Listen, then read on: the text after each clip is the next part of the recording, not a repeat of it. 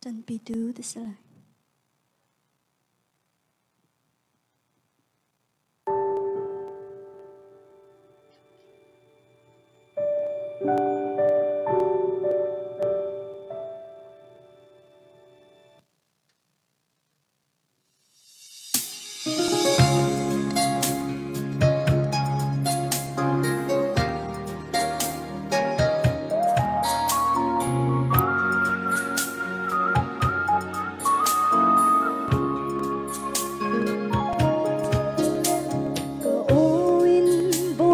Chú cả âu ý cả ôi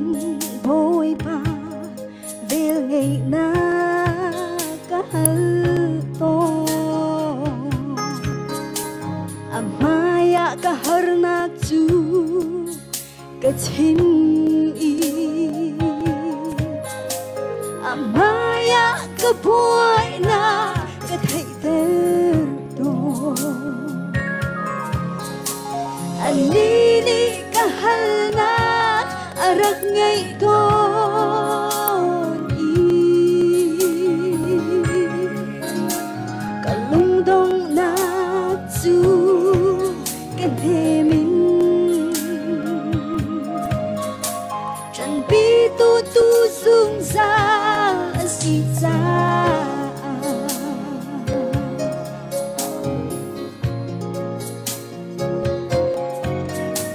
tục phở na khi chia sang tôi mình sẽ ngồi bôi ba Giêsu khát dầm in căn nỗi câu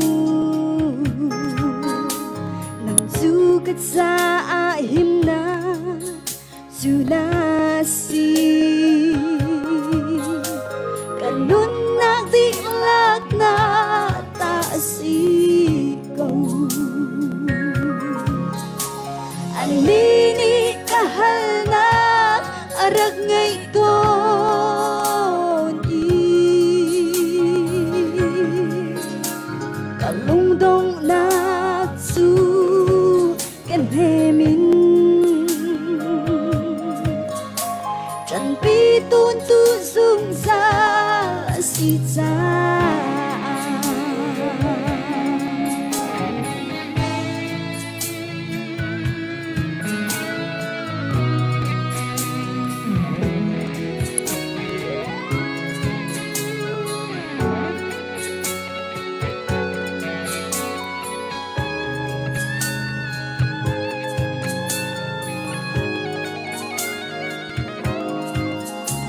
Giêsu nên mi long chu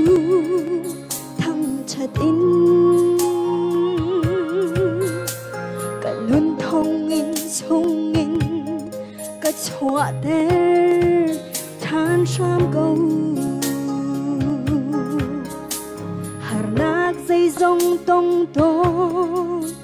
mình ninh lo nãy xa cần nun na mình câu lại Anini kahalna arak ngay ton i kalung dong na chu ken he min chan pi tun tu sung sa si cha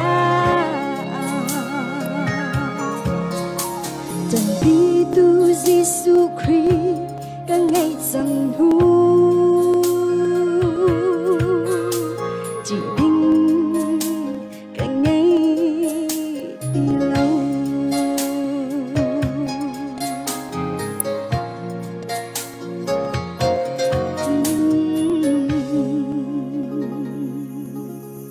Buổi ban này super nát cho cô sẽ